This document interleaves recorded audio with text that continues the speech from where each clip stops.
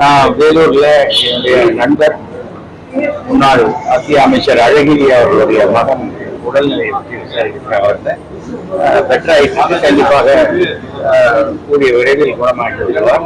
மிகச்சிறந்த ஒரு ஆஸ்பத்திரி நிர்வாகத்தின் கீழே அந்த ட்ரீட்மெண்ட் எல்லாம் போயிட்டு இருக்காங்க நல்லபடியாக. ஏன்னா அவங்களுக்கு ரொம்ப வருஷமா தெரியும்.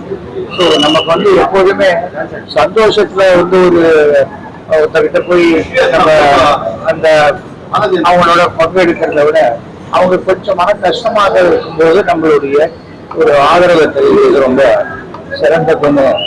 அந்த ஒரு காரணத்துக்காக தான் வந்தேன். கடவுள் அருளால நல்லபடியாக அவர் மீண்டு நல்லபடியாக வந்துடுவார். இதுக்கப்புறம் நீங்க அண்ணாமலை கஷ்டம் அவராலேயே வந்தது. அது கடப்பாரி எடுத்து அவரே தூக்கினார். நம்ம ஒண்ணும் பண்ண முடியாது. அதுக்கெல்லாம் தண்டனை கிடைச்சாதான் அவருக்கு திருந்த வாய்ப்பு உண்டு. அண்ணாமலை திருந்தினான்னு திருந்தாத எனக்கு தமிழ்நாட்டு பிஜேபி மொத்தமா 40க்கு 0 கொண்டு வந்து நிறுத்திட்டாரு. அதுல 13 இடம் டெபாசிட் வேற போயிடுச்சு. நான் 2வது இடத்துல இருக்கிறேன், 3வது இடத்துல இருக்கேங்கிறதுனால பாராளுமன்றத்துடைய தரையில உட்காந்துட்டேன், இன்னும் கொஞ்சம் படியில உட்காந்து சொல்ல மாட்டாங்க. ஒரு ஓட்டுல தோற்றாலும் தோல்விதான். இந்த தேர்தல் நான் 6 மாசம் முன்னாடியே சொன்னேன். கலைஞருடைய 100ஆண்டு விழா முடிந்து அந்த கொண்டாட்டத்துல அவருடைய 101வது பிறந்தநாள் மிகப்பெரிய அளவில் திமுக கொண்டாடக்கூடிய மாதிரிதான் இருக்குங்க. அதே மாதிரிதான் இந்த ரிசல்ட் வந்திருக்கு. அதுக்கு முக்கிய காரணம் ஒரு அடிப்படை. தேர்தல் என்பது அது ஒரு கூட்டணி, மேத்தமெட்டிக்ஸ். அந்த கூட்டணியை கலையாமல் உடையாமல் சிதறாமல் ஸ்டாலின் அவர்கள் பார்த்து கொண்டார். அரசனுடைய சாதனைகள் அது எல்லாமே சேர்ந்து என்னாச்சு, அப்படியே இந்த ஓட்டுகள் கிடைச்சி ஸ்வீப்பில் வந்தான்.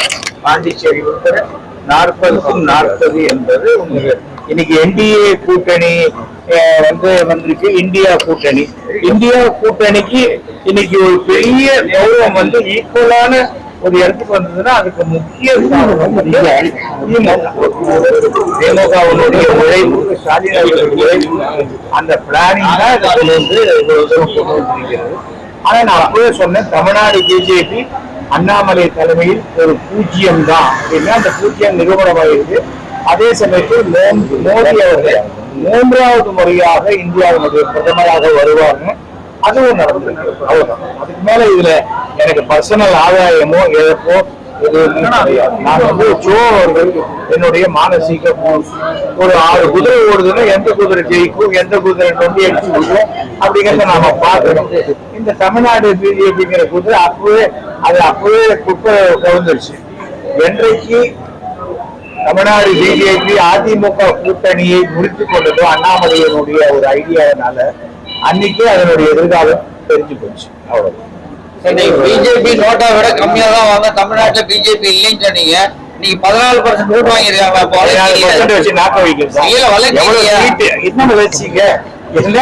ஒரு பையன் பாஸ் ஆனானா இல்லைங்க, 37 மார்க் வாங்கி ஃபெயில் ஆனாங்கன்ற பெருமையா? அசிங்கமா இல்ல இது? அதுவும் என்ன தேசிய கட்சி, இந்தியாவே ஆளுகின்ற கட்சி, 2 முறை ஆண்ட கட்சி, 3வது முறையோட கட்சிக்கு தன்னால் ஒரு சீட்டு கூட உபயோகம் இல்லாம இங்க ஒரு மாநில தலைவர் வெட்கப்பட வேண்டிய விஷயம். அதை போய் பெருமையா பேசினாக்க திரும்ப வாய்ப்பே இல்லை.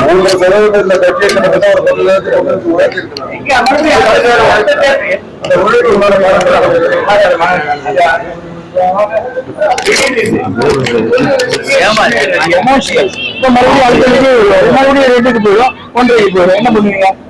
அப்ப திருப்பி எங்கிட்ட கேட்பீங்களா? சாரி சார், உங்ககிட்ட 10% வந்துருச்சுன்னு சொல்லிட்டேன், இப்ப மாத்தி மறுபடியும் 2க்கு போயிடுச்சுன்னு சொல்லிட்டீங்களா? ஏன்னா தேர்தல் முடிவு தோத்துட்டீங்க, ஊத்திக்கிச்சு, அவ்வளவு.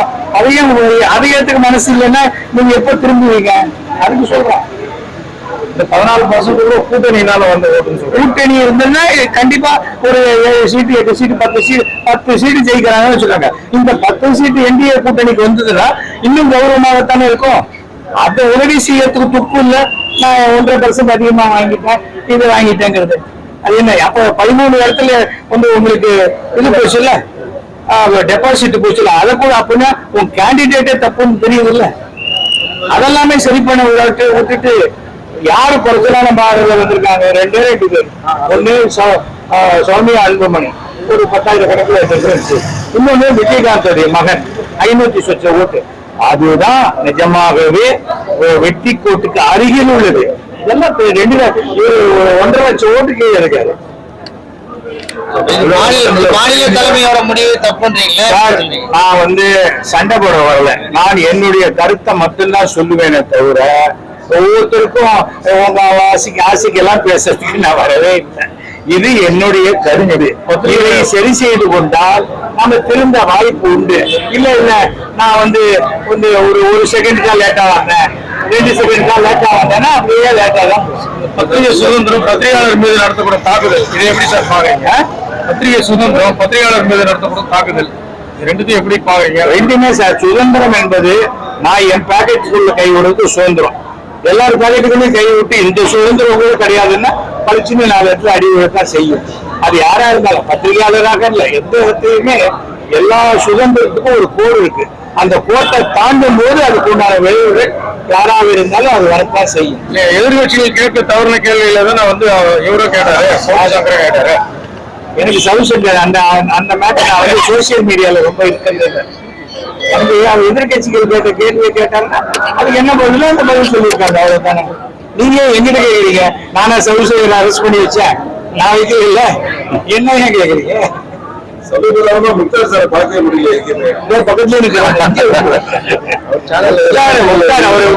முக்தார் கூடிய வழியில் தனியாக ஒரு நியூஸ் சேனல் ஒண்ணு ஆரம்பிக்கிறாரு. அதுக்கு உண்டான மை இந்தியா 24 புள்ளி இல்லாத மை இந்தியா ஆரம்பிக்கிறாரு.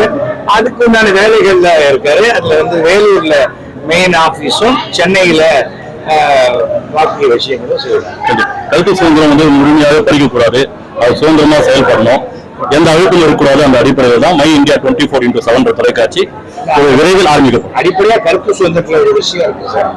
முன்னையை விட ஒரு 20 வருஷத்துக்கு முன்னாடி என்னப்பா இப்படி ஒரு சட்டம் போட்டுருக்காங்க, இல்லம்மா வேற சட்டம் கிடைக்கல, என்ன கிடையாது அப்படின்னா, என்னப்பா இந்த சட்டம் நீ ஒழுங்கா நீ கேள்வி அப்படி. அதாவது இப்ப சகிப்புத்தன்மை ரொம்ப குறைஞ்சு போச்சு.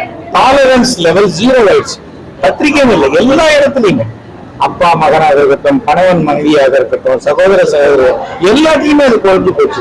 நம்ம ஒரு நல்ல விஷயத்துக்கு பேசலாம், பேசுறது அப்படிங்கிற மாதிரி ஆயிடுச்சுன்னா அதுல நல்ல கருத்துக்களை எடுத்துக்கொள்ளக்கூடிய ஒரு உண்மையான இது போய் சேராது. அதுதான் என்னுடைய கேள்வி கேட்கறத விரும்பல.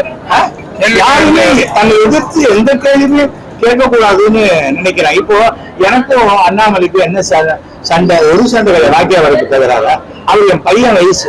அவருக்கு நான் சண்டை போட்டு என்ன பண்ண போறேன்? நான் பிஜேபி தலைவராக வரணும்னு ஆசைப்படுறேன். நான் பிஜேபியில சேர்ந்த போது 10 வருஷத்துக்கு முன்னாடி மோடி அவர்கள் இனிமே நான் எந்த தேர்தலும் நிற்க மாட்டேன். அப்படி இருக்கும்போது என்னால எந்த மாதத்துக்கு வாய்ப்பு இருக்குல்ல. ஒரு சரியான நபர்களை பயன்படுத்திக்கலாம். யாரையுமே பயன்படுத்த மாட்டேன். நானே வியாதிகார வாங்கி இருக்க மாதிரி எந்த மைக்கு பார்த்தாலும் நானே குதிப்பேன்னா அதுக்கு அதோட விளைவு தான் இது. அவ்வளவுதான். நம்ம என்ன பண்ண முடியும்? உதவி செய்வேன் 1000 பேர் வருவாங்க, யாருமே வேணாம், நானே இருக்கிறேன். அந்த நானே இருக்கிறேன் தான் நீ இல்லடா காலி ஊத்திடுச்சு அப்படின்னு சொல்லிட்டாங்க ஜனங்க. அவரு அது யாரும் ஒண்ணுமே இல்லை. என்னை பொறுத்தவரைக்கும் எந்த ஆட்சி அமைந்தாலும் இந்தியா சிறப்பான ஒரு இடத்தை அடைய வேண்டும். அதுக்கு மக்களுடைய பங்களிப்பும் இருக்கணும். சட்டத்தை நாம மதிச்சா சட்டம் நமக்கு பாதுகாப்பு கொடுக்கின்ற என்னுடைய நம்பிக்கை. எல்லாவற்றையும் தாண்டி கடவுள் அருள் நமக்கு இருக்கிற வரைக்கும் நமக்கு எதிரிகள் கிடையாது. நம்புறவனா ஒரு கேள்வி சார், அடுத்த படத்தில் நடிக்கிறீங்க, அதுதான் நான் ஏமா அதுதான் சொல்றேன். திருப்பியும் ஒரு செட்டப்ல இருக்கக்கூடிய ஒரு மிகப்பெரிய படம் ஓடிடில பண்றேன். அது ரெடி ஆன உடனே நான் உங்களுக்கு. ரோஜா தமிழ் டிவி வியூவர்ஸ் எல்லாருக்கும் வணக்கம். இதுவரை நீங்கள் பார்த்த இந்த நிகழ்ச்சி உங்களுக்கு பிடிச்சிருக்கும் அப்படின்னு நினைக்கிறோம். இது மாதிரி பல சுவாரஸ்யமான நிகழ்ச்சி உங்களை சென்றடைய நீங்கள் செய்ய வேண்டியது ஒன்றே ஒன்று தான். ரோஜா தமிழ் டிவியை லைக் பண்ணுங்கள், ஷேர் பண்ணுங்கள், கமெண்ட் பண்ணுங்கள், சப்ஸ்கிரைப் பண்ண மறந்துடாதீங்க. அது மட்டும் இல்லாமல் எங்களோட செய்திகள் உங்களை உடனுக்குடன் அடைய நீங்கள் செய்ய வேண்டியது ஒன்றே ஒன்று தான். பெல் பட்டனை கிளிக் பண்ண மறந்துடாதீங்க.